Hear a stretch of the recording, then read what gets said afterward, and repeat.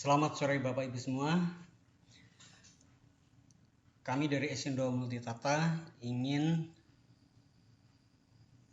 memaparkan bagaimana kita memanfaatkan program payroll yang berbasis Excel. Nah, sekarang kita mulai langsung pindah ke sheet ID atribut.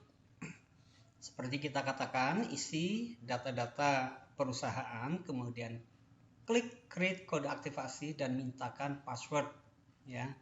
Kemudian bagi perusahaan yang memiliki fasilitas PPH-DTP, maka dalam kolom M ini beri tanda X, cross, kemudian tulislah kode KLU, ini nanti akan tertuang dalam laporan PPH-DTP. Berikutnya adalah kita mengisi terkait dengan masalah jenis-jenis penghasilan dan potongan. Nah, di sini kita masukkan jenis-jenis penghasilannya, misalkan gaji pokok, tunjangan jabatan, tunjangan makan, dan sebagainya, THR, bonus, potongan-potongan, misalkan SPSI dan potongan lainnya. Kemudian kita menentukan kelompok penghitungan PPh pasal 21, ya. Kita tahu bahwa penghitungan PPh pasal 21 memiliki pengelompokan, yaitu antara penghasilan teratur dan penghasilan tidak teratur. Nah, misalkan untuk gaji pokok, maka kita tinggal pilih kelompok gaji, ya.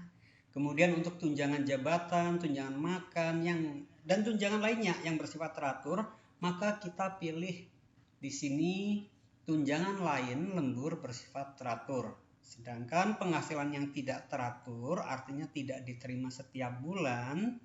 Misalkan untuk THR, bonus, maka kita pilih THR, bonus, dan PH lain yang tidak teratur. Nah, ini nanti tidak akan kita kalikan 12, ya. Kemudian untuk potongan, silahkan Bapak Ibu pilih potongan. Di sini tidak akan terpengaruh terhadap penghitungan PPh pasal 21 karena sifatnya adalah potongan. Nah, untuk menghitung PPh pasal 21 ditanggung pemerintah, kita tahu bahwa besaran PPh 21 DTP itu berbasis kepada penghasilan yang bersifat tetap dan teratur. Nah, di sini kita tidak tinggal menentukan saja mana penghasilan yang bersifat tetap dan teratur, kita kasih kode atau tanda X. Misalkan gaji pokok dan tunjangan, nanti sudah otomatis PPh pasal 21 akan terhitung berdasarkan PH tetap tersebut. Nah, apa yang kita tuangkan, jenis penghasilan dan potongan, akan muncul dalam sheet 1 sampai 12. Nah, di sini sudah gaji pokok dan sebagainya sudah langsung muncul. Berikutnya adalah kita menentukan setting jam sostek asuransi. Ini biasanya given, ya. Yang berubah biasanya adalah JKK, tergantung dari perusahaan tersebut dia kena tarif yang berapa persen. Ini tinggal diubah saja kalau tidak sesuai. Berikutnya adalah menentukan kebijakan PPh pasal 21 perusahaan. Apakah PPh pasal 21 dipotong dari gaji atau ditanggung perusahaan, ya, kita tinggal klik saja yang ditanggung perusahaan, atau diberikan tunjangan PPh dengan cara di gross up, baik yang penghasilan teratur maupun penghasilan tidak teraturnya, silahkan saja, ya, disesuaikan. Ini sudah menghitung PPh pasal 21 gross up otomatis. Nah, kemudian kita tahu bahwa BPJS Kesehatan maupun Tenaga Kerja tiap tahun dasar pengenaannya akan berubah-ubah. Nah, ini kita tinggal sesuaikan saja, baik untuk BPJS Tenaga Kerja maupun BPJS Kesehatannya. Silahkan isi bulan kemudian besarannya. Nah, berikutnya adalah kita berpindah kepada sheet data pegawai. Kita isi dari nomor induk pegawai, NIK, NPWP, dan alamat pegawai, kota, laki-laki atau perempuan, status PTKP per 1 Januari ya, atau awal tahun, kemudian status WNI atau WNA karena akan memberikan perhitungan PPh pasal 21 yang bisa berbeda, dan kemudian isi mulai kerja, isilah dengan awal bulan, misalkan 1 Januari 2020. Kemudian isi juga tanggal mulai NPWP. Kemudian isi akhir kerja adalah 31 Desember 2020, kecuali kalau dia berhenti, misalkan bulan Mei, maka ubah menjadi 31 Mei 2020. Seluruh karyawan kita masukkan ke dalam sheet data pegawai ini. Ini misalkan ada 19, ya, kita isikan. Nah, kemudian klik tombol tambah pegawai. Klik tombol tambah pegawai, gunanya buat apa? Yaitu untuk menambah row data-data ya yang ada di bulan Januari di sheet 1 sampai dengan bulan 12. Nah, di sini kita sudah otomatis sampai dengan 19 orang ya. Itu sampai dengan bulan Desember. Kemudian sheet sum dan sheet yang terkait itu sudah otomatis tercopy.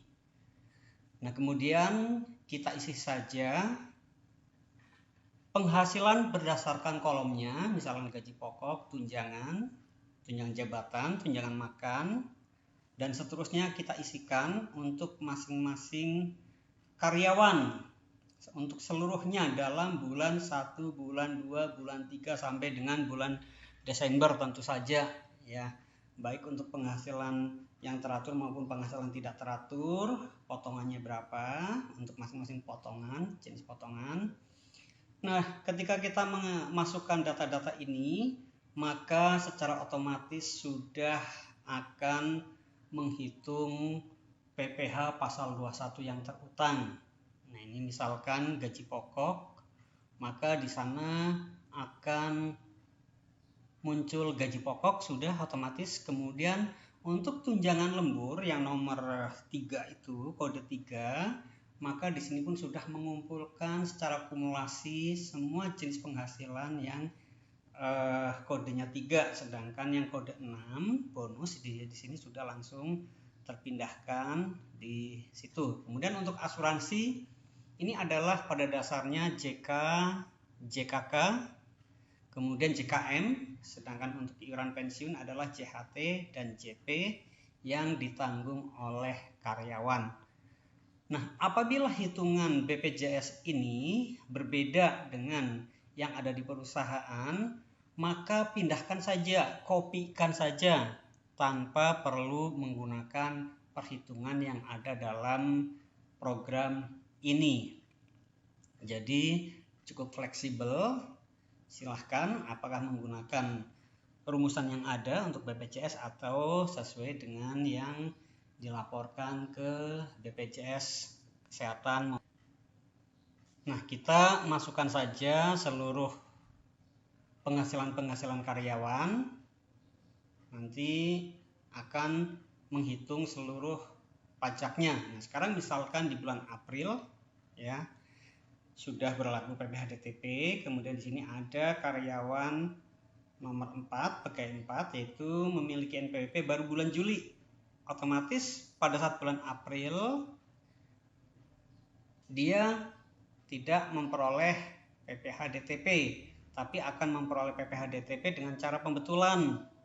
Nah, tadi kemudian penghasilannya lebih dari atau penghasilan tetap dan teratur dalam 1 bulan lebih dari 16.660.666 rupiah. Kemudian kepada karyawan yang penghasilan tetapnya kurang dari PTKP, jadi dia tidak berhak PPh DTP. Di sini PPh DTP sudah terhitung secara otomatis, ya. Ini misalkan, nah kemudian dalam sheet sum PPh 21 dan PPh DTP di sini sudah terangkum. Januari tidak ada PPh DTP-nya, Februari juga tidak ada. Ketika bulan April, ya bulan April maka sudah muncul PPh DTP. PPh pasal 21 terutang adalah 5.288.208, tapi PPh DTP-nya adalah 2588936. Nah, SSP yang dibayarkan adalah selisihnya, yaitu 2699272, selisih dari total PPh 21 kurangi PPh DTP. Nah, kemudian PPh DTP-nya sendiri kita akan membuat kode billing PPh DTP. Ya, di sini kita sudah tuangkan dalam slip SPM 1 bulan April berapa PPh yang terutang secara total itu 5.288.208. SSP yang kita bayarkan yaitu 2.699.272 dan kode billing atas PPh DTP 2.588.936, ya. Totalnya akan sama. Dan kode billing ini kita berikan NTPN dengan 9999 16 digit, dan THP di sini pun sudah bisa ketahuan berapa yang harus dibayarkan kepada seluruh karyawan perusahaan. Ini adalah terkait dengan masalah bagaimana memanfaatkan program ini. Nah, kemudian dari sisi laporan, ini bulan April kita bisa membuat CSV, sekali klik, ya. Kita langsung save, namanya sudah otomatis. Nah, di sini CSV-nya sudah langsung muncul, siap untuk dilakukan impor ke dalam ISPT. Ini CSV masa bulan 4. Untuk tahunan tentu saja kita buat dalam bulan Desember biasanya, yaitu CSV A1. Nah, di sini sekali klik sudah langsung tersaji CSV yang siap untuk dilakukan impor ke dalam ISPT PPh pasal 21. Nah, berikutnya adalah bagaimana kita membuat laporan PPh DTP. Kita pilih masanya April Juni atau Juli September. Misalkan April Juli, kita tinggal klik lapor DTP, maka di sini sudah muncul laporannya. Tinggal kita save saja, dan laporan ini siap untuk dilaporkan pada tanggal 20 Juli 2020 paling telat. Nah, ini adalah file Excel laporan DTP-nya. Nah, berikutnya kita akan mencoba membuat slip gaji. Misalkan bulan April, kita klik slip PDF, tombol slip PDF, kemudian kita tentukan foldernya, kita klik OK, maka di sini sudah otomatis akan membentuk file slip dalam bentuk PDF untuk masing-masing karyawan. Nah, setelah muncul PDF tersebut, kita bisa lihat contohnya. Ini contohnya, ini adalah bentuk slip gajinya. Ada logonya, silahkan Bapak Ibu ubah sendiri logonya, bentuknya pun bisa diubah-ubah sendiri. Nah, kemudian kita bisa print slip gaji ini secara manual, kita hubungkan dengan printernya, kemudian kita juga bikin data email slip gaji, gunanya untuk melakukan email slip gaji PDF ke seluruh karyawan menggunakan program email blasting dari Esindo. Nah, kita tinggal tempatkan saja data emailnya untuk masing-masing karyawan ini dalam folder tertentu. Ini biasanya diletakkan dalam folder berbarengan dengan program Esindo email blasting. Oke, ini adalah data-datanya. Tadi email ada, tadi slip gajinya juga sudah ada. Kita tinggal buka saja program email blasting dari Esindo. Nah, ini kita buka programnya, ya. Nah, di PDF nanti PDF-nya ditempatkan di sini ya, untuk PDF slip gajinya dalam folder ini. Kemudian kemudian kita buka programnya, program email blasting. Nah, ini muncul bentuk programnya.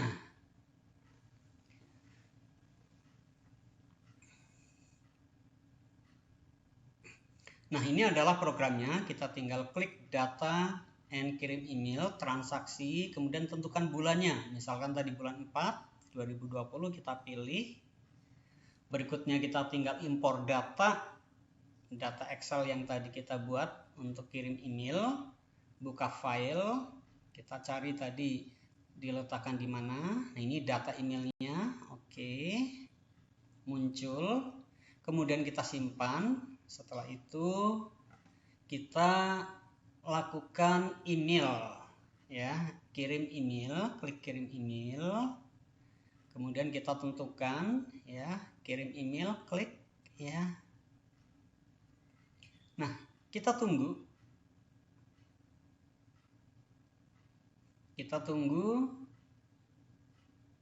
Program ini sedang melakukan email slip gaji untuk seluruh karyawan. Tentu saja yang di sini ada centrangnya ya. Nanti kalau misalnya nggak mau di email, kita juga bisa uncheck di sini. Kita tunggu.